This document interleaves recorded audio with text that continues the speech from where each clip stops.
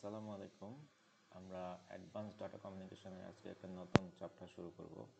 তো চ্যাপ্টারের নাম হচ্ছে ভার্চুয়াল সার্কিট নেটওয়ার্কস। আচ্ছা, এই ভার্চুয়াল সার্কিট নেটওয়ার্কসের আন্ডারে আছে ফ্রেম রিলে এবং এটিএম। তো এখানে ফ্রেম রিলে এবং এটিএম হচ্ছে দুইটা নেটওয়ার্ক।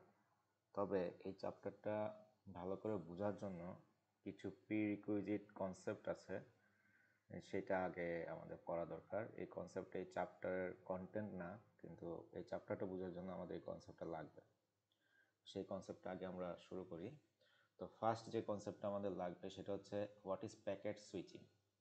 ঠিক আছে, আমরা জানি আমরা একটা ইলেকট্রিক্যাল সার্কিট যদি আমরা চিন্তা করি, তো ইলেকট্রিক্যাল সার্কিটে আমরা কী করি, যে কোনো একটা সুইচ থাকে, যেমন সুইচ টিপ দিলে ফ্যান ফ্যান চলে বা লাইট জ্বলে। তো সুইচ আসলে কি কি করে? সুইচ আসলে একটা কমিউনিকেশন এস্টাবলিশ করে, মানে একটা তারের দুই প্রান্তের মাঝখানে যে কমিউনিকেশনটা এটা এস্টাবলিশ করে, অর্থাৎ একটা সার্কিট ফিল আপ করে। তো এই ধরনের সার্কিটকে আমরা বলতে পারি ফিজিক্যাল সার্কিট। ঠিক আছে, তো এখন প্যাকেট সুইচিংটা কি? প্যাকেট সুইচিংটা হচ্ছে আমরা নেটওয়ার্ক লেয়ারে এক ধরনের সুইচিং ঘটে, যেটাকে আমরা বলতেছি প্যাকেট সুইচিং। এই প্যাকেট সুইচিংটা কীভাবে ঘটে? আমরা যে কমিউনিকেশন ডিভাইস আছে রাউটার, এই রাউটার অ্যাকচুয়ালি একটা সুইচের কাজ করে। সেটা কি করে, সে কীভাবে সুইচের কাজ করে? It creates A connection between an input port এবং একটা আউটপুট পোর্ট। ঠিক আছে, আমরা যদি একটা রাউটার দেখি, এটা যদি একটা রাউটার হয়, সে ইনপুট এবং আউটপুট পোর্টের মাঝখানে পোর্টের মধ্যে কানেকশনটা তৈরি করে। এই কানেকশনটা সে কীভাবে তৈরি করে? সে কানেকশন তৈরি করে। এই কানেকশনটা কীরকম? Just like electrical connects the input to the output, an electrical switch আর কি। হ্যাঁ, just like an electrical switch connects the input to the output to let electricity flow. ঠিক আছে, একটা ইলেকট্রিক্যাল সুইচের মতো কাজ করে। এখানে ইলেকট্রিক্যাল সুইচ হবে, হ্যাঁ, ইলেকট্রিক্যাল সুইচের মতো কাজ করে, যে ইনপুট এবং আউটপুটের মধ্যে কানেকশনটা স্টাবলিশ করে। আচ্ছা, তাহলে প্যাকেট সুইচিং কি? Packet switching is a method of transmitting data over a network by breaking it into smaller pieces called packet. অর্থাৎ আমরা যে ডাটাগুলো পাঠাবো, এই ডাটাগুলোকে আমি কতগুলো ব্লকে ভাগ করব, স্মলার ব্লকে। এই ব্লকগুলোকে বলা হচ্ছে প্যাকেট। প্রত্যেকটা ব্লকের হেডারের ভিতরে আমি আমার সোর্স অ্যাড্রেস এবং ডেস্টিনেশন অ্যাড্রেস, যে আইপি অ্যাড্রেসগুলো আছে, সেই আইপি অ্যাড্রেসগুলো আমি দিয়ে দেবো। এখন এই যে রাউটার যেগুলো আছে, এই রাউটারের ভিতরে একটা রাউটিং টেবিল থাকে। ঠিক আছে, সো আমার যখন প্যাকেটটা এই রাউটারের কাছে আসবে, তো এই প্যাকেটের ভিতরে যে আমার ডেস্টিনেশন অ্যাড্রেস আছে, সেই অ্যাড্রেসটা এই রাউটিং টেবিলের সাথে রাউটার কী করে ম্যাচ করবে, ম্যাচ করে যেই ডেস্টিনেশন অ্যাড্রেসের সাথে মিলে যাবে, রাউটার ওই প্যাকেটটাকে সেই পোর্টের মাধ্যমে পাঠিয়ে দেবে। তো এইভাবে রাউটারটা অ্যাকচুয়ালি কানেকশনটা স্টাবলিশ করে, এবং এই পদ্ধতিটাকে বলা হচ্ছে প্যাকেট সুইচিং। এটা একটা সুইচের মতো কাজ করতেছে, অর্থাৎ একটা একটা লজিক্যাল, এইভাবে রাউটার কি করতেছে, একটা লজিক্যাল কানেকশন তৈরি করতেছে, লজিক্যাল সার্কিট তৈরি করতেছে। এই কারণে এটাকে বলা হচ্ছে প্যাকেট সুইচিং। যেহেতু প্যাকেটের মেটাডাটা দিয়ে এই জিনিসটা হয়। মেটাডাটা মানে কি? হেডার ইনফরমেশনকে আমরা মেটাডাটা বলতেছি আর কি এখানে। আচ্ছা, এখন ডাটা কমিউনিকেশনে আমরা আমরা সুইচিং টেকনিককে দুই ভাগে ভাগ করতে পারি, সার্কিট সুইচিং আর প্যাকেট সুইচিং। সার্কিট সুইচিং তো আমি বললাম, ইলেকট্রিক্যাল সুইচ যেভাবে কাজ করে ওটাই হচ্ছে সার্কিট সুইচিং। আর প্যাকেট সুইচিংও বুঝলাম, যদিও দুইটা, কিন্তু আমরা প্যাকেট সুইচিংটাই আসলে নেটওয়ার্ক লেয়ারে ব্যবহার করি। কেন নেটওয়ার্ক লেয়ারে প্যাকেট সুইচিং ব্যবহার করি? কারণ নেটওয়ার্ক লেয়ারের যে ডাটা ইউনিট, তাকে আমরা বলতেছি প্যাকেট, রাইট? আচ্ছা, এখন প্যাকেট সুইচ নেটওয়ার্ক।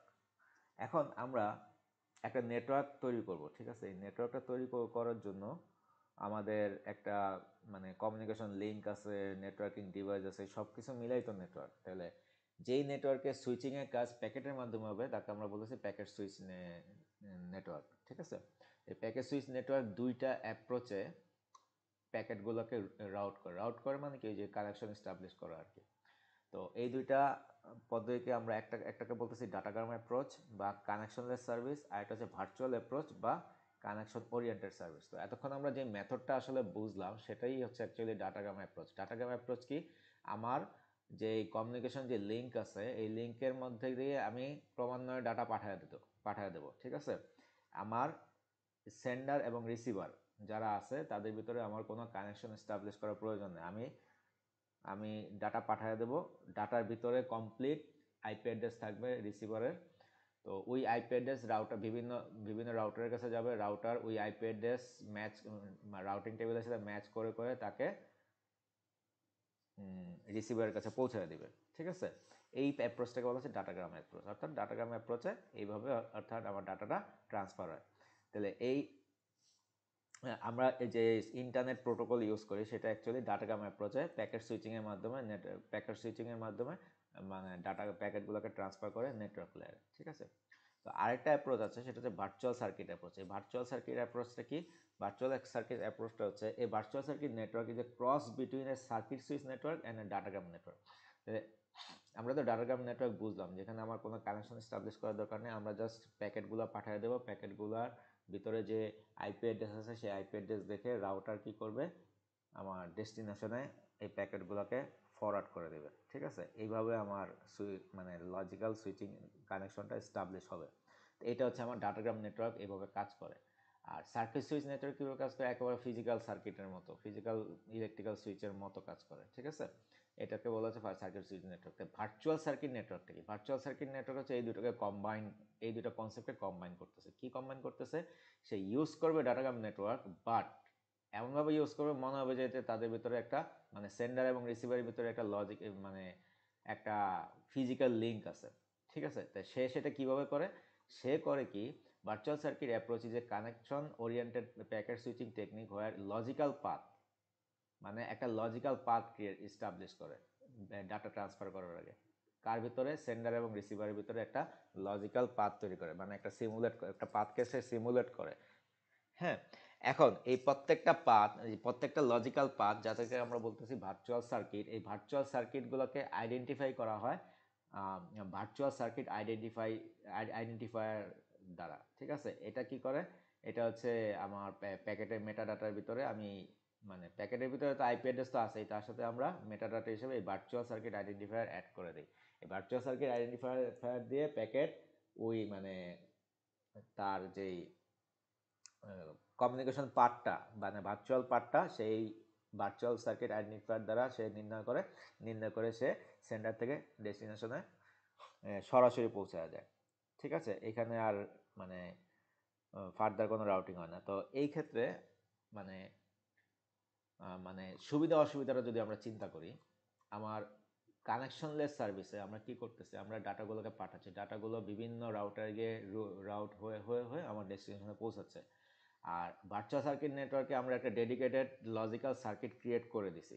ঠিক আছে, অল ডাটা কি করে এই এই মানে এই পাথ দিয়ে সরাসরি চলে যাচ্ছে। তাইলে আমরা বুঝতে পারতেছি যে ভার্চুয়াল সার্কিট অ্যাপ্রোচে আমার স্পিড, ডাটার স্পিড বেশি হবে। ঠিক আছে, যেটা আমার এটাতে কম হবে। ঠিক আছে,